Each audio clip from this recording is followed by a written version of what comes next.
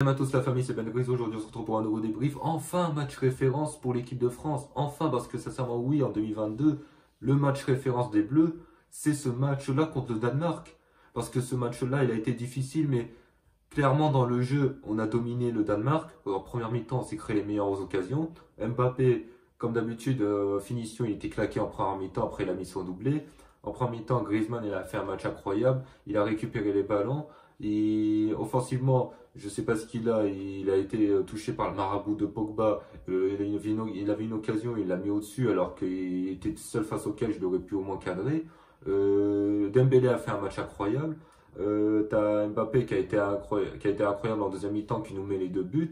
T'as en défense, déjà au milieu de terrain, Tchouaméni, Rabiot et Griezmann qui ont vu une équipe de France en 4-3-3 avec à la perte de balle en 4-3-3 et après un 4-2-3 à la récupération.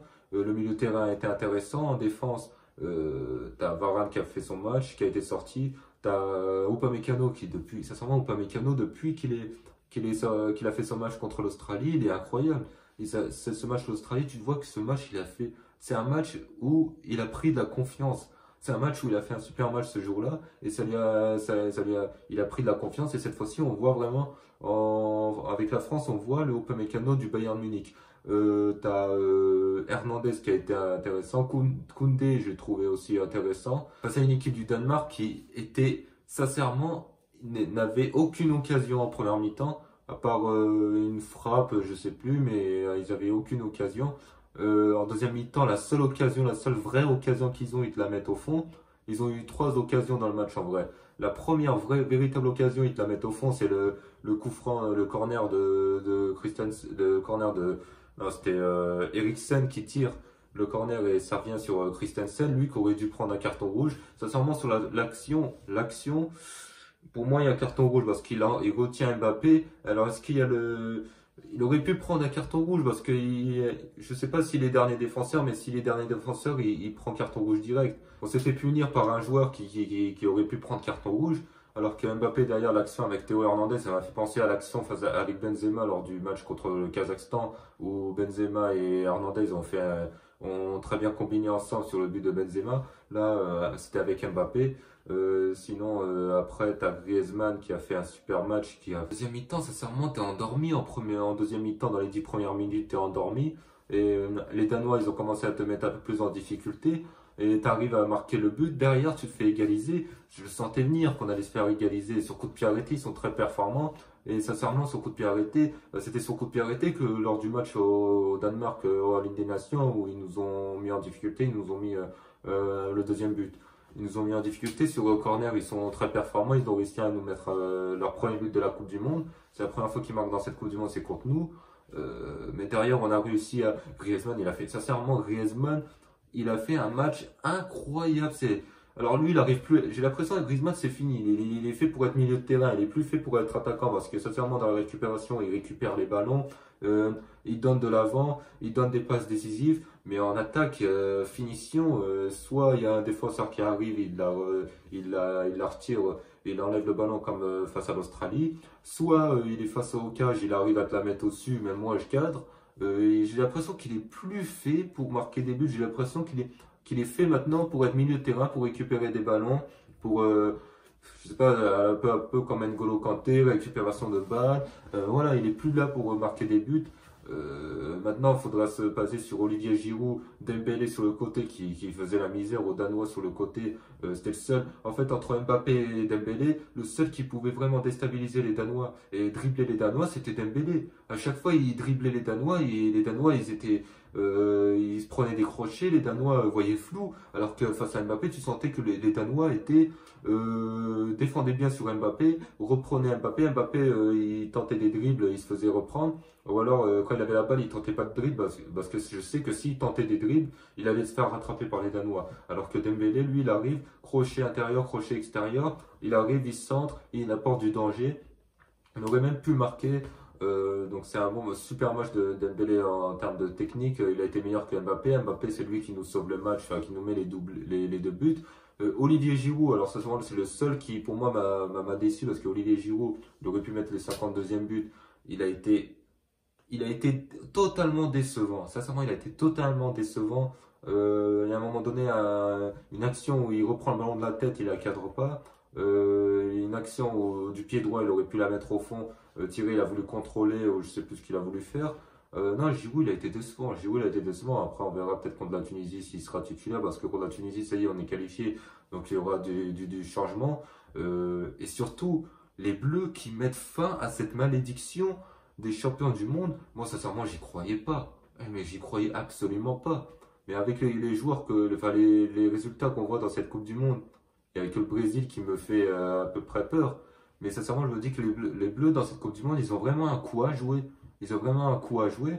Parce que quand tu vois l'Argentine qui perd contre l'Arabie Saoudite, une mauvaise performance de l'Argentine, des mauvaises performances de l'Allemagne. Il y a l'Espagne qui a fait une super performance 7-0, mais c'est contre le Costa Rica. Le Costa Rica, un adversaire, on va voir contre l'Allemagne demain. En vrai, l'équipe de France peut jouer le coup, peut-être pourquoi pas remporter ce deuxième titre, même si on n'est qu'en huitième de finale. On verra quand qui on va affronter. Donc ce sera soit l'Argentine, le Mexique, l'Arabie Saoudite ou la Pologne. Donc en vrai, si ce sera contre l'Argentine, je vous le dis, je ne sais pas si on a perdu d'avance, mais les Argentins, voilà, ils vont vouloir se venger de 2018 parce qu'ils l'ont attrapé à la gorge. Ce qui s'est passé en 2018, c'est là où Mbappé s'est révélé et tout. Mais sinon, dans le jeu, alors oui, ça t'arrive quand même de concéder des occasions. L'équipe de France s'est concédé des occasions, a encaissé un but malheureusement par un joueur qui aurait pu prendre carton rouge à la mi-temps, en première mi-temps parce qu'Mbappé partait au but.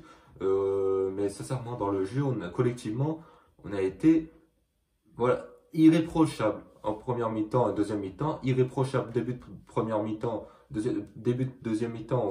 Je savais qu'on allait peut-être être endormi, qu'on allait mal rentrer, qu'on allait pas bien rentrer. On a mis 10 minutes à vraiment rentrer revenir dans notre match. En première mi-temps, pareil, hein, on a attendu que les Danois, c'était les Danois qui rentraient bien dans le jeu, dans le match, qui dominaient la France, mais au final, on est bien rentré. Donc, les débuts ont été compliqués.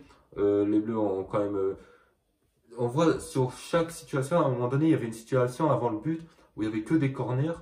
Les Bleus poussaient, ont poussé. Une équipe de France qui dans le jeu était séduisant. Une équipe de France qui poussait, qui se crée des occasions. Je pense à la dernière occasion avant le but, c'est Rabiot qui est sur un centre de Mbappé, je crois, ou de Griezmann. Le Rabiot qui fait un retourné acrobatique, il la met au-dessus.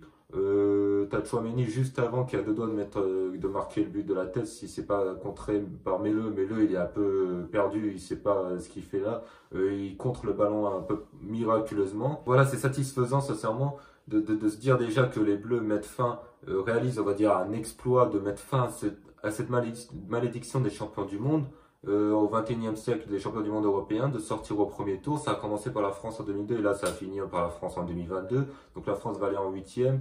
Le troisième match contre la Tunisie, je suis déçu quand même que ce soit le troisième match la Tunisie parce que on va avoir une équipe remaniée, une équipe des coups à faire comme on dit, une équipe remaniée face à la Tunisie et je sais pas si on va voir un grand match contre les Tunisiens, peut-être qu'on verra un 0-0 parce que les troisièmes matchs de Coupe du Monde depuis 2014 pour les Bleus c'est des 0-0 donc on verra bien. Rabiot et Tchouaméni, j'ai bien aimé sincèrement. En milieu de terrain, on avait des inquiétudes. Au milieu de terrain, vu qu'il n'y avait plus Pogba Kanté, parce que Pogba Kanté c'était l'arme forte du milieu de terrain de l'équipe de France. Là maintenant, il n'y a plus Pogba Kanté, on était inquiet au milieu de terrain.